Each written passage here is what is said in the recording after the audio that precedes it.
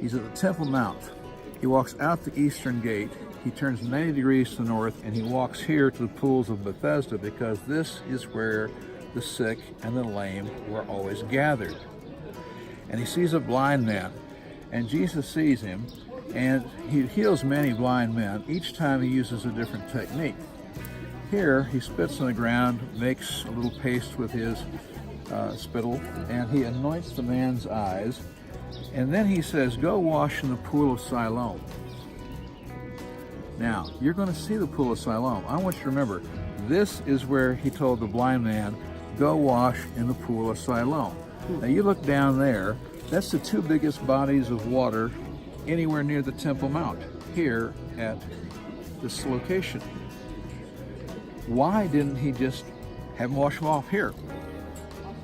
Certainly that's reasonable. But instead, he anoints him here and says, go wash in the pool of Siloam. When you think about it, you're going to see it. It is the lowest location in the city of David. He's just told a blind man, I want you to walk around the Temple Mount, down across the Ophel, down through the old city of David, to the pool of Siloam and wash. For a blind man, that is a seriously difficult journey. But then it says this, the pool of Siloam, which is Greek, but it's actually translated, he who is sent. Now, who's he who is sent? Jesus is the one who's sent, is that correct? And when you go all the way back to Hezekiah, when you go all the way back to Nehemiah, you go to Isaiah, I can show you the verses. The pool of Siloam is the pool of Siloam, which is the pool of living water, according to Isaiah. It's the pool at the foot of the tunnel of Hezekiah, according to the book dealing with that in Hezekiah. It's living water, because it's water that comes only from the Gihon spring, which is the only spring of water on the Temple Mount down here on the left side, the east side of the Temple Mount area, on the city of David. And so that living water comes out, Hezekiah builds his tunnel, empties into the pool of Siloam.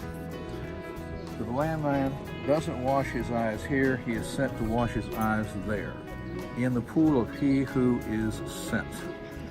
So if you think about it, we could say that the man washed his face in Jesus.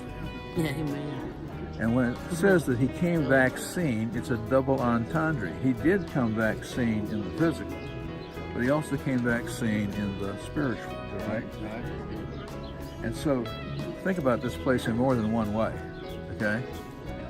And the story of John 8, John 9 that occurs here, I think is just a tremendous story. And it ties us all the way back to that pool of living water talked about in Isaiah, and goes all the way back to Nehemiah.